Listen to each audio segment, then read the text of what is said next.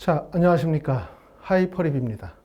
자, 학교생활기록부 기재방법, 그리고 사례 분석 두 번째 시간으로 이번 시간에는 학교생활기록부에 있는 진로활동에 대해서 설명을 좀 드리도록 하겠습니다.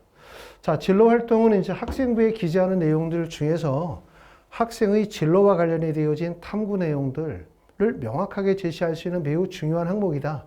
이렇게 볼 수가 있고, 특히 진로 항목이 내가 의대를 가려고 하는 학생들 입장에서 볼 때는 본인의 탐구적 역량이나 진로의 방향성을 구체적으로 보여줄 수 있는 항목이라고 말씀을 드릴 수가 있는데, 이게 대학들마다 다 다르기도 하지만 특히 고등학교들마다 기재하는 방법이라든가 기재 내용들이 좀 다르기 때문에 오늘 말씀드리는 여러 가지 사례 분석을 통해서 어떻게 작성할지 참고하시면 도움이 될 것 같습니다. 자, 먼저 학생부 주요 사항에 대해서 한번 말씀을 드리게 되어지면, 보시는 것처럼 2024학년도의 진로활동은 연간 700자, 진로희망 분야는 대입에 미반영 되어져 있고, 이 진로활동 분야는 아까도 말씀드렸던 것처럼 동아리활동, 진로활동, 특히 세부능력 및 특기사항, 이 세 개의 파트가 학교생활기록부에서는 매우 중요한 항목이라고 설명을 드릴 수가 있을 것 같아요. 자, 창의적 체험활동 내에 보시면 자율활동이 있고 동아리활동이 있고 진로활동이 있습니다. 다음 시간에는 이제 자율활동과 그 다음에 동아리활동에 대해서도 같이 한번 설명을 좀 드리도록 하고요. 진로활동은 희망 분야에 대해서 기재할 수 있도록 되어져 있지만 이 파트가 상급 대학에는 상급 학교에는 미반영이 되어지죠. 그러니까 대입에는 미반영 되어지는 부분은 바로 진로활동 중에 희망 분야는 대입에 미반영이 되어지지만 진로활동 내용 안에서 본인의 진로와 관련이 된 내용들은 충분히 보여줄 수가 있습니다. 자, 창의적 체험활동 기재 방향에 대해서 한번 보시면, 진로활동이라는 것은 진로활동 영역의 특기 사항란에는 실제적인 활동과 역할 위주로 입력한다 라고 되어져 있고요. 특기 진로 희망과 관련이 되어진 학생의 자질, 학생의 수영과 노력과 활동, 그 다음에 학생의 특기 진로를 돕기 위해 학교와 학생이 수행한 활동의 결과 등이 기재가 될 수 있습니다. 학생 학부모와 진로 상담을 한 결과도 기재가 되고요. 그 다음에 학생의 활동 참여도라든가 활동의 의욕, 태도의 변화 등 진로 활동과 관련된 사항들이 기재가 될 수 있고, 학급 담임 선생님이나 상담교사 또는 교과 담당 교사나 진로 전담 교사의 상담 및 관찰 평가의 내용들이 진로 활동에 기재가 될 수 있기 때문에 진로 활동은 사실은 기재되어질 수 있는 범위 자체가 넓죠. 그렇죠. 그렇기 때문에 학교에서 또는 학생이 얼마나 적극적인 의지를 가지고 쓰느냐에 따라서 진로 활동에 기재가 되어지는 내용의 수준, 그리고 내용의 깊이가 큰 차이가 있기 때문에 우리가 특히 작성할 때 역점을 두셔야 되는 부분이 바로 진로 활동이 아닌가라는 생각이 듭니다. 자, 학교생활기록부에서 우리가 중요한 내용들은 첫 번째는 자율활동이 있어요. 자율활동은 대부분 학교에서 주최하고 주관하는 행사들만을 기재하다 보니까 학생이 가지고 있는 진로와 관련이 되어진 탐구 역량을 기재하기에 조금 부족하다는 점이 있죠. 학생의 진로와 관련된 활동의 참여도나 역할, 결과 등을 기재하는 파트, 이게 바로 말씀드렸던 것처럼 동아리활동, 진로활동, 세부능력 및 특기사항이기 때문에 이 세 개의 항목이 매우 중요하다라고 조금 전에 말씀을 드렸고요. 자, 그리고 우리가 기재하게 되어질 때는 1학년 때는 주로 이제 학교 활동 중심으로 기재를 하게 된다면, 특히 2학년 때는 학교 활동과 학생의 활동을 종합적으로 같이 진로에 맞춰서 심화, 발전시켜 나가면 도움이 될 것 같고, 3학년 때는 학생의 활동 중심으로 기재하게 될 텐데, 아시는 것처럼 우리가 이제 수시의 원서를 쓰면 3학년 1학기까지 학생부가 들어가긴 하지만 3학년 1학기는 사실 교과 반영되어지는 교과목도 많지 않기 때문에 학생들이 많은 활동들을 진행하기가 어려워요. 그렇기 때문에 학생부에서 가장 중요한 부분이 바로 2학년 때의 학생부, 특히 2학년 때 진로활동의 기재가 매우 중요하다고 설명을 좀 드릴 수가 있을 것 같고, 진로활동에 기재할 때는 어떤 내용들을 주로 중심을 적으면 좋을 것 같냐면, 첫 번째는 학교 활동이나 또는 학교 활동을 통해서 기본적인 주제를 설정하셔야 돼요. 특히 우리가 진로활동을 기재하게 되어질 때 가장 중요한 부분들은 뭐냐면 소재의 객관성이나 신뢰성이 매우 중요하다고 말씀을 드릴 수가 있겠죠. 그렇기 때문에 그런 소재들을 학교 활동이나 교과목의 학습에서 소재를 찾아서 글을 쓰시는 게 좋을 것 같고요. 자, 이쪽에 보시면 다음으로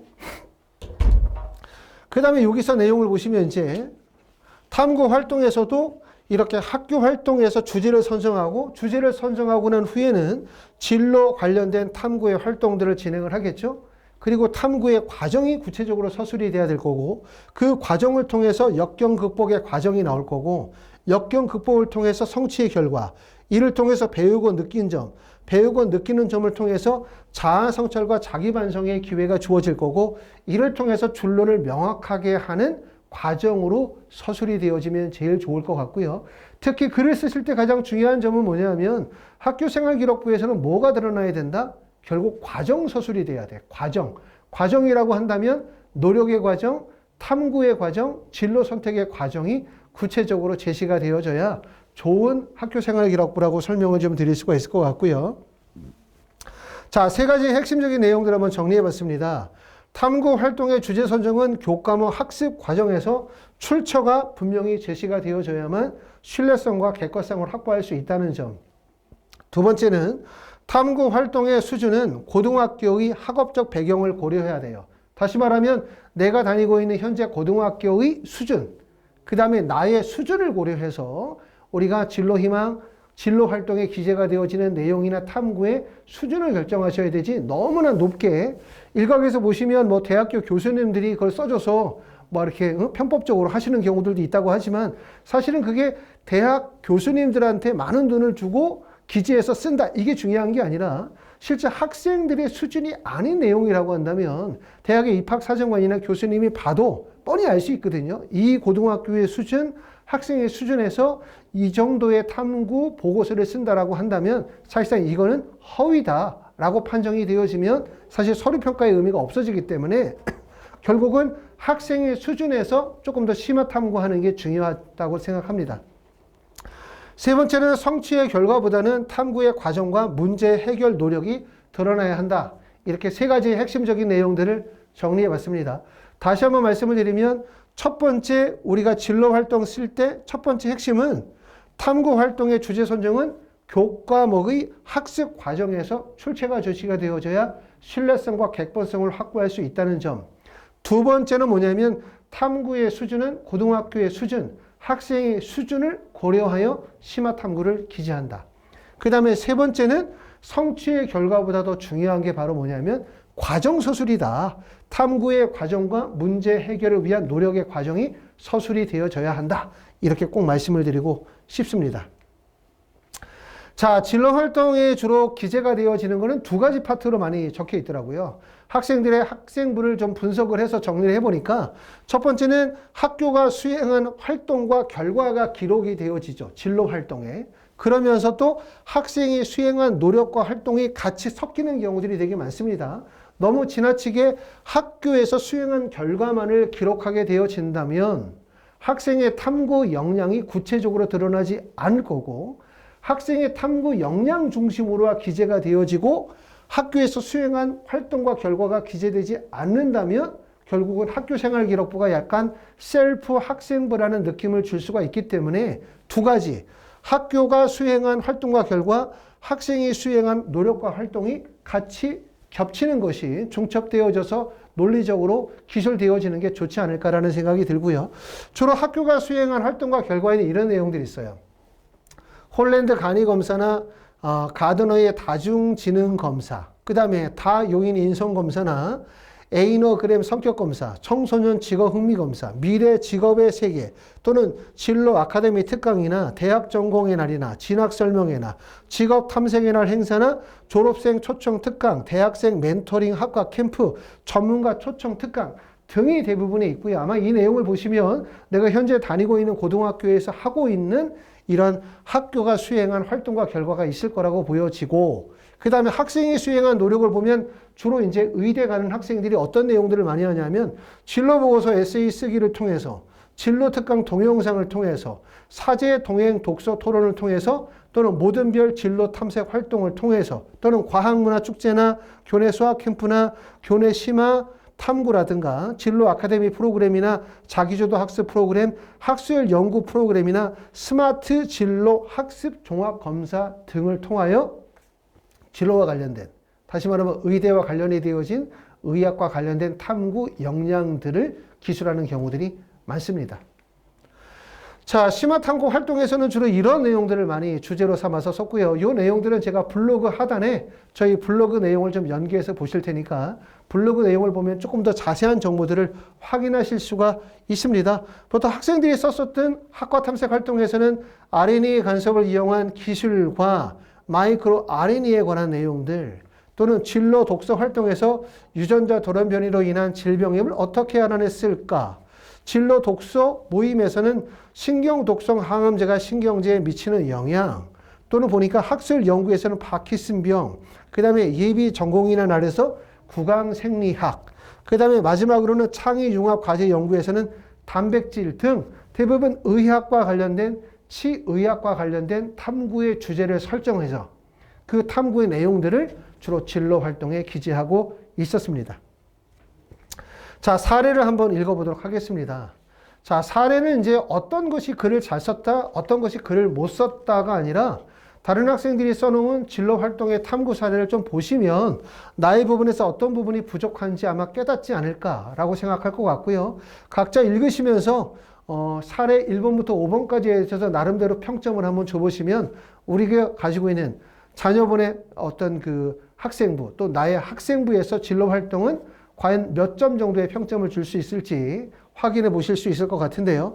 사례 1번의 내용을 보니까 이렇게 되어져 있네요. 내용이 지하철로 가는 과학탐방이라는 프로그램이 있었고, 선배 초청 강연이라는 프로그램이 있었고, 나의 브랜드 과일이라는 프로그램과 찾아가는 진로 코칭 또는 진로 비전 캠프, 합창 발표회 등 이렇게 다양한 활동들을 진행을 했습니다. 이 중에서 한번 선배 초청 강연이라는 거 한번 읽어보겠습니다.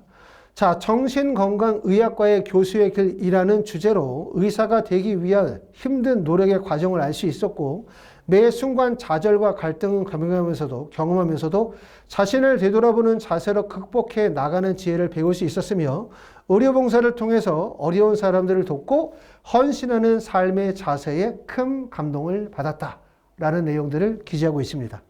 자, 사례 2번 한번 보겠습니다. 사례 2번에서는 세 가지의 주요 활동이 있는데, 첫 번째는 진로대위 꿈톡이라는 활동이 있었고요. 두 번째는 찾아가는 진로 특강 내 삶을 잡고, 그 다음에 마지막으로 보니까 코딩을 통한 자동차의 작동 활동, 이게 세 가지 주요 활동들을 보여주고 있습니다. 제일 위에 나와 있는 진로대위 꿈톡이라고 하는 활동을 한번 읽어볼게요. 자, 친환경 에너지 강좌를 선택해 들으며 친환경 에너지의 장점과 종류 등에 대해서 배움.